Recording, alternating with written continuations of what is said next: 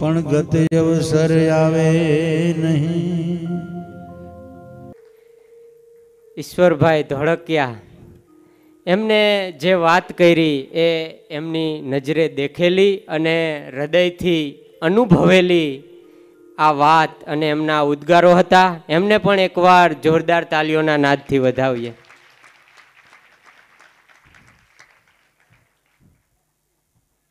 પાછળ બાળકો બેઠા છે. બાળકો, આપણે આ શીખવાનું છે. આવું સરળ વ્યક્તિત્વ પૂજ્ય પૂર્ણપ્રકાશ સ્વામીએ જે વાત કરી કે પ્રાઇવેટ પ્લેન હોય, આટલી મોટી કંપની હોય, પણ એમની જે સરળતા એ આપણે એમની સ્પીચમાં જોઈ શકીએ છીએ. તો કાર્યક્રમમાં આગળ વધતા આવું જ એક વ્યક્તિત્વ એટલે શ્રી વૈભવભાઈ ચોકસી સાહેબ, જેઓ આજે આપણી સભામાં ઉપસ્થિત છે. હું એમને વિનંતી કરીશ તેઓ અત્રે ગુરુજી પાસે પધારશે. આવો ચોકસી સાહેબ, જેઓ હાલ પ્રાંત ગ્રાહક સુરક્ષા પરિષદ ગુજરાત રાજ્ય જેની મંત્રીશ્રી તરીકેની જવાબદારી નિભાવી રહ્યા છે. એવી જ રીતે તેઓ Zalawad federation of trade and industry એના ચેરમેન પણ છે.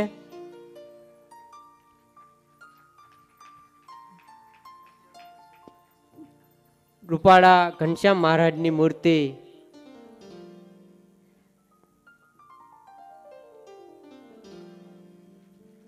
બોલો શ્રી રૂપાળા ઘનશ્યામ મહારાજની જય.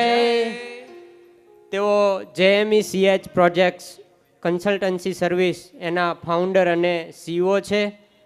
એવી જ રીતે કેડ સેન્ટર જુનાગઢ, સુરેન્દ્રનગર અને મોરબી એના ડાયરેક્ટર ટેકનિકલ છે. તો વૈભવભાઈ ચોકસી સાહેબને હું વિનંતી કરીશ તેઓ આ પ્રસંગે આપણને એમના હૃદયના ઉદ્ગારો સંભળાવશે. આવો ચોકસી સાહેબ.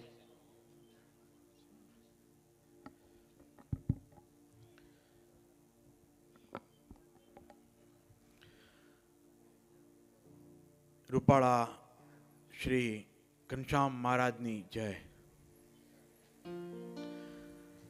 અમારો ખાસ કરીને આ ઝાલાવાડ પંથક, એની માટે એક બહુ સારી કહેવત છે, રંગ ઝાલાવાડી માતને અને રંગ ભોગાવો નીર, જ્યાં માથા પડને ધડ લડે આ ઝાલાવાડી પડવીર. સાહેબ,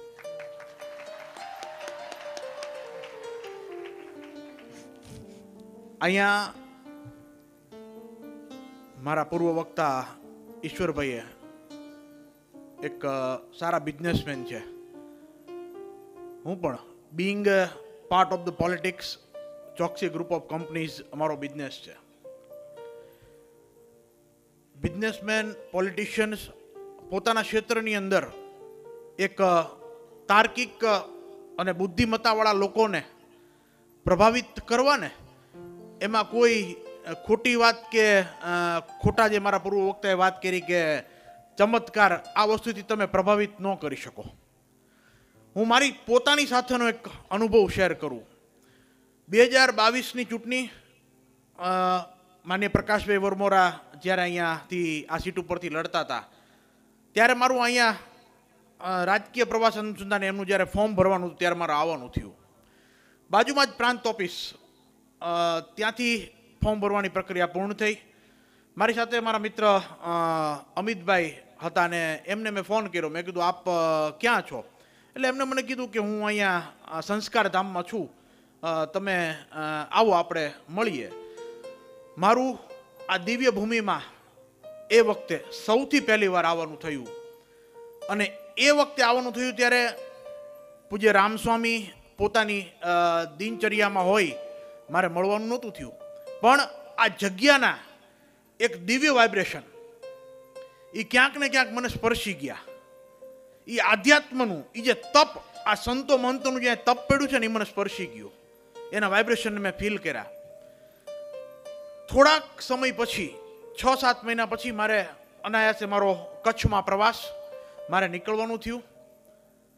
મેં પૂજ્ય નિત્ય સ્વામીને મેં ફોન કર્યો. મેં કીધું, સ્વામીજી અહીંથી પસાર થઉં છું ને મારી એવી હૃદયની લાગણી છે ને મારો ભાવ છે કે પૂજ્ય ઘનશ્યામ મહારાજના અને રામ સ્વામીના મારે દર્શન કરવા છે. એટલે તમને જો જાણીને આનંદ થાય, મારા પૂર્વ વક્તા એક બહુ સરસ મજાની વાત કરી.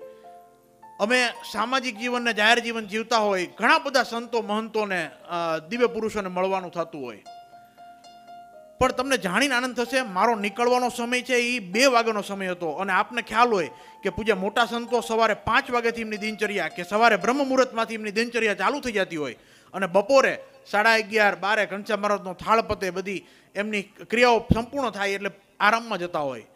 આટલા મોટા પુરુષ આરામમાં હોય અને મેં ખાલી સામાન્ય કોલ કર્યો કે હું અહીંયાથી નીકળું છું અને મારે દર્શન કરવા છે. પોતાની આ દિનચર્યા, પોતાના આરામને મૂકી અને મારી જેવા એક પામર પતિત જીવને આશીર્વાદ આપવા માટે પોતે આનો ત્યાગ કરી અને મને મળીને મારી સાથે અડધી 1 કલાકનો સત્સંગ કરી મને આશીર્વાદ આપી અને મને કૃતજ્ઞ કર્યો. એના માટે હું હૃદયથી એમનો આભાર માનું છું. આપણા સૌરાષ્ટ્રમાં એક છે ને બહુ સાહિત્યની અંદર પડેલી તળપદી ભાષાની વાત છે કે આપ બળે એકલ ખૂણે ધૂપ બધે પ્રસરંત, એવા જગમાં જન્મ્યા અગરબત્તીને સંત. જે પોતે બળે, એનો કોઈ પોતાનો સ્વાર્થ ન હોય, એનું જીવન સંપૂર્ણપણે એને સમાજના કલ્યાણ માટે સંસારનો ત્યાગ કરી અને સંસારનું ચિંતન કરે ને એને આ રામસ્વામી જેવા સંત કહેવાય છે. આપણા દુઃખે એને દુઃખી થવાની ભાવના હોય છે. એટલે ખાસ કરીને અને બીજું કે આ 8મો પાટોત્સવ અત્યારે મારે 2-3 વાર આવવાનું થયું અહીંયા, પણ કદાચ ઘનશ્યામ મહારાજનો રાજીપો આજે જ મારા ઉપર હશે અને રૂપાળા ઘનશ્યામ મહારાજના આજે મને નિત્ય સ્વામી ઉપર લઈ જઈને દર્શન કરાવ્યા. દર્શન કરાવતાની સાથે નેચરલી મારી અંદરથી એક ઉદ્ગાર ચડી પડ્યો કે આ મૂર્તિનું તેજ છે ને અદ્ભુત છે. મેં સ્વામીને તરત પૂછ્યું કે આનો પ્રાણ પ્રતિષ્ઠા મહોત્સવ મને કે આજે 8 વર્ષ સંપૂર્ણ થયા અને એના અનુસંધાને આ પ્રોગ્રામ છે. અને બીજું, I would like to put a key note on this function. આ ફંક્શન ઉપર મારે કી નોટ શબ્દ આપવા હોય તો હરિયાગની જગ્યા. કારણ કે ક્યાંક ને ક્યાંક મારો જીવ છે ને આધ્યાત્મ છે. રામસ્વામી અત્યારે એમના આશીર્વાદ સ્વરૂપે મને એક વાત કરી કે તમે ત્યાં બેઠા હતા ત્યારે તમારી માળા ફરતી હતી. કોઈ પણ જગ્યાએ કથામાં જવાનું થાય, રાજકીય મહાનુભાવ તરીકે હાજરી આપવાનું થાય, પણ મૂળ છે ને સાહેબ, મહારાજની હયાતીની વખતથી અમારા પરિવારને સત્સંગનો લાભ મળ્યો છે એ હું ભૂલતો નથી. હું મારી ગાડીમાં બેઠો હોય ને તોય મારી છે ને આ માળા છે ને સ્વામિનારાયણ સ્વામિનારાયણ સ્વામિનારાયણ નામના ચાલુ હોય. એટલા માટે જેમ અર્જુનના રથની ઉપર હનુમાનજી બિરાજ્યા હતા ને એમ કીધું હતું કે તમે હોરા પડી જાઓ, ક્યાંય તમને તકલીફ નહીં પડે. હું એમ કહું છું અત્યારે હાલની તારીખમાં મારી ઉપર મારા ઘરમાં તો માળા પહેરી છે, પણ તમારે મારી ગાડીમાં જોવું હોય જોઈ લેવાની છૂટ. એમાંય તે પૂજ્ય સંતોના હાથે સાળંગપુર સંતની કથા હતી હનુમાનજીની અને એમના દિવ્ય હાથે આપેલી જે માળા છે એ અત્યારે હાલની તારીખમાં મારી ગાર્ડન અંદર પહેલાં માળા હોય એ માળાનું ગાડીમાં બેસવું એટલે હું પગે લાગું પછી જ મારી આગળ ગાડી ઉપરે. એટલે સાક્ષાત ભગવાન છે એ આપણી સાથે સતત રહેતા હોય છે એવી આપણને દિવ્ય અનુભૂતિ થાય. ને એ જ્યારે હારે હોય ને ત્યારે આપણા કામ કોઈ દી ઊભી રહી વાતમાં માલ નહીં. બીજું, આવીને તરત પૂજ્ય નિત્ય સ્વામીએ મને હરિયાગનું જે સ્થાન હતું તેના દર્શન કરાવ્યા. કદાચ આપણે બધા ધર્મની સાથે જોડાયેલા છીએ, જેમ ભાઈએ વાત કરી ઈશ્વરભાઈએ મારી પહેલા કે આપણે બધા તો હરિભક્તો છીએ, આપણને એનું માતમ હોય, પણ આવા જ્યારે પ્રોગ્રામ થતા હોય ને આવા પૂજ્ય રામસ્વામી જેવા સંતોની માત્ર આ વિસ્તારનું જ નહીં પણ આખા જિલ્લાનું કલ્યાણ થાય ને સાહેબ. 56મો ડે, 56મો દિવસ આજે આ યાગનો. 56 દિવસથી કન્ટિન્યુ એક જ જગ્યા ઉપર વૈદિક મંત્રોચ્ચારના માધ્યમથી આવું સરસ મજાનું એક કાર્ય થતું હોય, તમને જાણીને આનંદ થશે. આપણું એક સાયન્સ કહે છે, આધ્યાત્મ ધર્મનું સ્પિરિચ્યુઅલ સાયન્સ એવું કહે છે કે સતત એક જ જગ્યાએ આવું કોઈ કાર્ય થતું હોય એટલે ત્યાં એક પ્રકારની દિવ્ય ઉર્જાનું સર્જન થતું હોય છે. અને ત્યાં ફરતા જે વાતાવરણની અંદર અણુ એટલે કે માઇક્રો એટમ્સ, આપણે અત્યારે નેનો ટેકનોલોજીના યુગમાં છીએ, નેનો એટમ્સ છે ને એના એટલે કે સૂક્ષ્મ જીવાત્માઓ. આપણું જે આધ્યાત્મિક વિજ્ઞાન છે ને સૂક્ષ્મ જીવાત્માઓ કહે છે, અત્યારનું વિજ્ઞાન નેનો ટેકનોલોજી નેનો એટમ્સ કહે છે. એ સૂક્ષ્મ જીવાત્માઓ જે હવનની અંદર સમિગો ઘી આ બધાનું જે અર્પણ થતું હોય ને એનાથી જે એનો જે ધુમાડો થાય ને એનાથી આ બધા સૂક્ષ્મ જીવાત્માઓ તૃપ્ત થતા હોય છે. અને માત્ર માત્ર ને માત્ર વિસ્તાર નહીં પણ સંપૂર્ણ પંથક, હું એમ કહું ઝાલાવાડ પંથક, એને આવતા 5-6 વર્ષ 10 વર્ષ સુધી છે ને કોઈ પણ પ્રકારની આપદા વિપદા આ કાંઈ જ વસ્તુ ન આવે જો તમે છે ને આ રીતના આયોજન સમય અંતરાલે થતા હોય તો. અને તમે જાઓ એટલે તમને જગ્યાના એક વાઇબ્રેશન ફીલ થાય. અને હું તો એમ કહું છું, મને નિત્ય સ્વામીનો મેસેજ આવ્યો કે તમારે આ કાર્યક્રમમાં આવવાનું છે, એટલે હું ખાસ કરીને આવા જ્યાં જ્યાં ધર્મના કાર્યક્રમો થતા હોય ને ખાસ કરીને આવા યજ્ઞનું આયોજન થતું હોય, આવા દિવ્ય પૂજ્ય રામસ્વામી જેવા સંતોનું સાનિધ્ય મળતું હોય ત્યાં હું ખાસ જાઉં. એનું એક જ કારણ તમને કહું કે દર મહિને તમને ખબર હોય જે લોકો પ્રીપેડ કાર્ડ વાપરતા હોય તમારા મોબાઈલમાં રિચાર્જ પૂરું થઈ જાય. એ રિચાર્જ પૂરું થાય તમારે ફરીથી રિચાર્જ કરવું પડે, 28 દિવસની વેલિડિટી હોય, રિચાર્જ પૂરું થઈ જાય. અમને બીઈંગ એ પોલિટિકલી કનેક્ટેડ ને બિઝનેસ કનેક્ટેડ પર્સનને આ જગ્યાએ આવી આગામી 1 વર્ષ, મહિનો, 1.5 મહિનો, 2 વર્ષનું અમારામાં રિચાર્જ થઈ જતું હોય સ્વામી. એટલે અમને છે ને અમે અમારામાં રિચાર્જ કરવા માટે અહીં આવી છે, બાકી અમે અહીં કોઈ જ મહાનુભાવ તરીકે હાજરી આપવા માટે નથી આવતા. ખાસ કરીને એક છેલ્લી વાત કહી, અહીંયા આવ્યો અને એકદમ મેં હાઈલી ડિસિપ્લિન પ્રોગ્રામ. બાકી મોટા ભાગે ધર્મના જે આયોજન થતા હોય, આટલા મોટા આયોજન થતા હોય ત્યાં છે ને તમને ક્યાંક ને ક્યાંક વ્યવસ્થામાં ક્યાંક ને ક્યાંક એરર ને ક્ષતિ જોવા મળે. એમાં એક છેલ્લો આપણી તળપદી ભાષાનો દુઓ કહીને મારી વાતને પૂરી કરીશ કે આપણી છે ને સૌરાષ્ટ્રની ધરતી છે ને એનું એક સિંહોની ધરતી છે. આ આપણું એશિયાટિક લાયન છે ને that is known in the whole world. We are known, our Saurashtra is known for the Asiatic lion in the whole world. એની માટે આપણા લોક સાહિત્યમાં સરસ મજાનો દુઓ લખ્યો છે કે કરે કુંભાથળ કેરી અને ભુજબળ પંજા ઘા, દેડક માથે દા ખેલે નહીં હાવજે ખીમરા.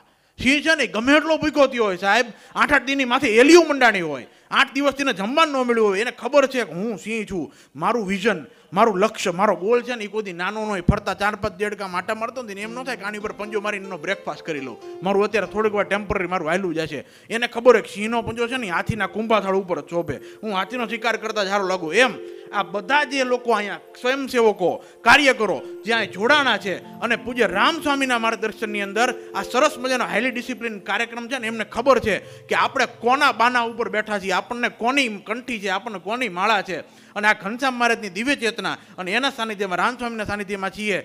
એટલા માટે આપણે કોઈ આપણો કાર્યક્રમ છે ને એ એકદમ સારો જોવો જોઈએ, એમનું જે વિઝન છે એને પ્રોપર વેમાં એક્ઝિક્યુટ થવું જોઈએ. અને હું તો એમ કહું છું કે આ યાગનું આયોજન થયું ને, કદાચ હમણાં રિસેન્ટમાં આપણે જો સાયન્ટિફિક એક આર્ટિકલ સ્ટડી કર્યું હોય ને તો આપણા સુરેન્દ્રનગર જિલ્લાનો પોલ્યુશન ઇન્ડેક્સ થોડોક છે ને બગડતો જાય છે, એટલે કે પોલ્યુશનનું પ્રમાણ વધતું જાય છે.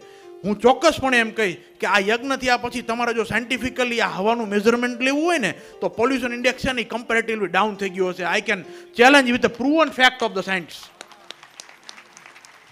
વધુ સમય ન લેતા ફરી એકવાર પૂજ્ય વ્યાસપીઠ ઉપરથી બિરાજિત માધવ સ્વામીએ જે કથાનો લાભ આપ્યો, દરેક શબ્દ મારા હૃદયને સ્પર્શતા હતા. એક એક વસ્તુને મેં, એક એક ભાવને મેં અહીંયા મારા આત્માની અંદર ઉતારવાનો પ્રયત્ન કર્યો.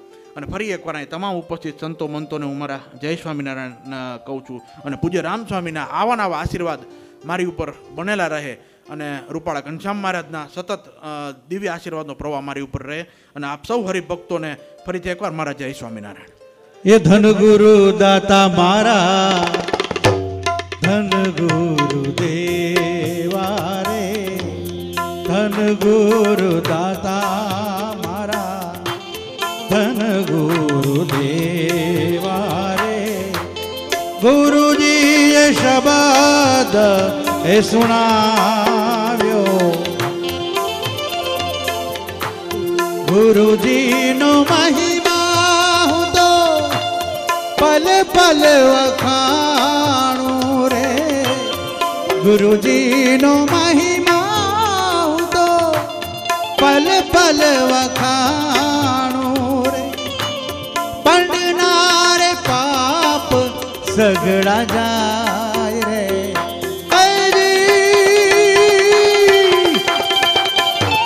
પંડનારે પાપ સગડા જાય રે. પંડનારે પાપ સગડા જાય રે. પંડનારે પાપ સગડા જાય રે. ખૂબ ખૂબ આભાર ચોકસી સાહેબ.